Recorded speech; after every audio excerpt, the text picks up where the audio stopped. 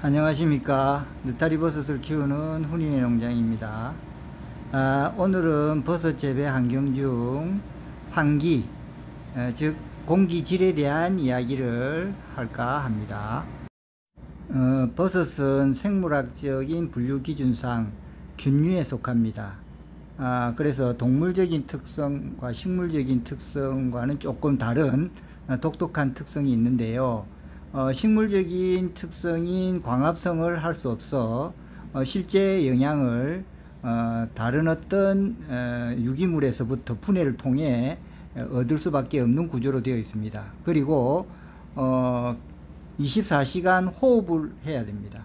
그래서 계속 숨을 쉬어야 되는 생물학적인 분류 위치에 있다 보니 24시간 버섯을 키우기 위해서는 산소 공급이 절대적으로 중요하다고 할 수 있겠습니다. 일반적으로 버섯 재배사 내의 공기질의 상태는 이 산소의 농도 측정보다는 CO2의 농도 측정 값으로 보통 판단을 하는데요.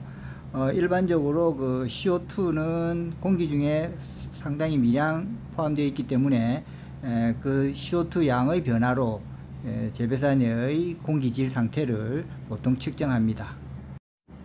일반적으로 자연 상태의 CO2의 농도는 보통 한 300에서 400 ppm 정도가 일반적인 수치인데요.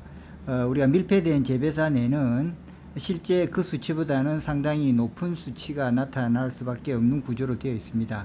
그래서 일반적으로 이제 버섯이 좋아하는 이 환기의 수준을 재배사마다 표준을 잡아서 측정해야 되는데요. 오늘은 예를 들어서 1000 ppm 정도가 이 재배사의 적당한 환기량이라고 가정하고 설명을 드려보도록 하겠습니다. 자, 그렇다면 1000 ppm보다 낮은 500에서 1000 사이의 수치가 나오면 CO2의 농도가 낮다는 거거든요. 그렇다면 환기가 많이 되는 상태입니다. 그러니까 공기질이 좋아지겠죠. 환기가 많은 상태는 CO2의 ppm 농도가 낮게 나타나겠고요. 그 다음에 1000보다 높게 한 1200에서 1500까지 그러니까 1000보다 높은 수치가 나타나는 것은 환기가 일반적으로 덜 되는 좀 답답한 상태, 환기가 덜 되는 상태를 우리가 보통 수치를 보고 판단할 수 있겠습니다.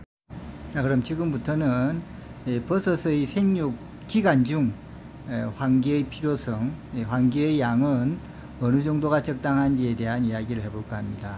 보통 버섯이 처음 발생돼서 어린 버섯일 때는 호흡량이 많지 않습니다.